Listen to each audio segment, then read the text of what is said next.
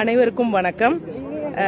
Vivek sir, நான் திருப்பி சொல்றேன், அவங்க வாழ்நாளில் அவங்க செஞ்சது 37 லட்சம் மரக்கன்றுகள். சார் 2021 போனதுக்கு அப்புறம் அதுல இருந்து நான் அதை தொடர்ந்து செஞ்சிட்டு இருக்கிறேன், கிரீன் கலாம் மூவ்மெண்ட்ங்கிற பேர்ல. இருந்தாலும் என்னால் சார் அளவுக்கு எலாபரேட்டா செய்ய முடியல. இந்த 5 வருடங்கள்ல நான் ஒரு 80,000 மரக்கன்றுகள் நாங்க அந்த பிளான்டேஷன் ப்ரோக்ராம் பண்ணியிருக்கிறோம். CISFங்கிற ஒரு அமைப்போட சேர்ந்து நாங்க கிட்டத்தட்ட 80,000 மரக்கன்றுகள் நட்டிருக்கிறோம். இது கொஞ்சம் தொய்வா தான் போயிட்டே இருந்துச்சு. அப்ப எனக்கு சகோதரர் நந்து சார் அவர்கள் சொன்னாங்க, இந்த ஆட்சி நம்மளுக்கு நல்ல சப்போர்ட்டிவா இருக்கும்னு நம்புறேன் சகோதரி, நீங்க சரின்னு சொன்னா நம்ம இது விஷயமா பேசலாம் அப்படின்னு. அதுலதான் இன்னைக்கு இங்க மாநில கல்லூரியில நம்ம எல்லாரும் கூடியிருக்கோம். நம்ம மாண்புமிகு முதலமைச்சர் நம்ம பிரதர் விஜய் சாரோடைய பர்த்டேக்காக நம்ம ஸ்டார்டிங் இங்க பண்றோம். இது இனி ஃபுல் ஃபிளஜ்டா தொடரும். நம்ம தமிழக அரசு எங்களுக்கு உறுதுணையா இருக்கும்னு நான் முழுமையா நம்புறேன். அவங்களும் உறுதி சொல்லியிருக்கிறாங்க. ஸோ இனி ஃபுல் ஃபிளஜ்டா நம்ம இதை ஸ்டார்ட் பண்ணிடலாம்.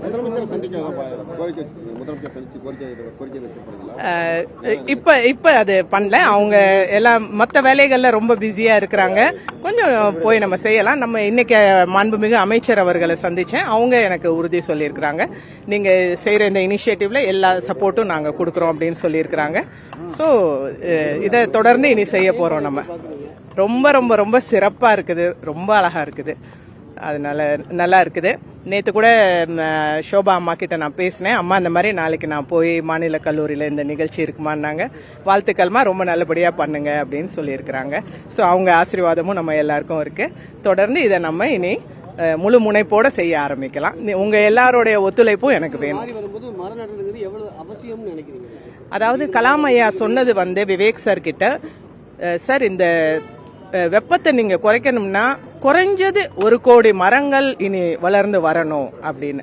ஒரு மரம்ங்கிறது ஒரு முழு மரம் ஆகிறதுக்கு எப்படியும் 10 வருஷம் ஆகும். ஸோ 1 கோடி மரங்கள்னு அவங்க சொன்னது பேசிக்.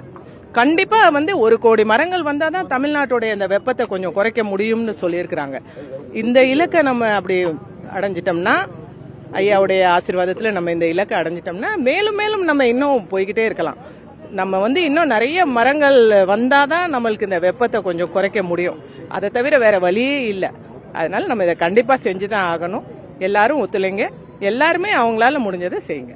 பல இடங்கள் அரசியல்வாதிகளும் சரி, பல அமைப்புகளும் சரி மரக்கன் நடுறாங்க, நட்டதோட விட்டுட்டு போயிட்டாங்க. அதுக்கப்புறம் அது வளர்ந்தா அதனாலதான் சார் ஒரு பாலிசி எப்படி வச்சாங்கன்னா, அவங்க எப்பவுமே இந்த கல்வி நிறுவனங்கள்ல வைப்பாங்க.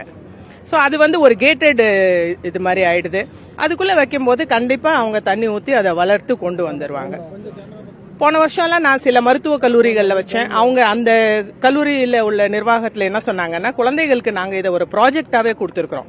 5 வருஷம் நீங்க இங்க படிச்சுட்டு போகும்போது ஓரளவுக்கு பெரிய மரத்தை நீங்க உருவாக்கி கொடுத்துட்டு போகணும், அது உங்களுக்கு ஒரு ப்ராஜெக்ட் அப்படின்னு சொன்னாங்க. ஸோ அப்படி சொல்லும்போது அது கண்டிப்பா நல்லா வரும். எல்லாருக்கும் நான் சொல்றது ஒண்ணுதான், ஏதோ ஒரு சூழ்நிலையில ஒரு மரத்தை வெட்ட வேண்டிய ஒரு சூழ்நிலை வரலாம். ஒரு பில்டிங் அந்த இடத்துல வரலாம், இல்ல ஒரு போர் போடலாம், கிணறு போடலாம். அந்த மாதிரி சூழ்நிலை வெட்டுறீங்கன்னா மனசுக்குள்ள நீங்க ஒரு உறுதி எடுத்துக்கங்க, இந்த ஒரு மரத்தை நான் இது பண்றேன், இதுக்கு பதிலா 5 மரங்களை நான் வளர்த்து கொண்டு வருவேன் அப்படின்னு ஒரு உறுதிமொழி எடுத்துக்கங்க. முடிஞ்ச வரைக்கும் அதை தவிர்த்துருங்க. அதுதான் நான் சொல்றேன். Thank you so much. தேங்க்யூ.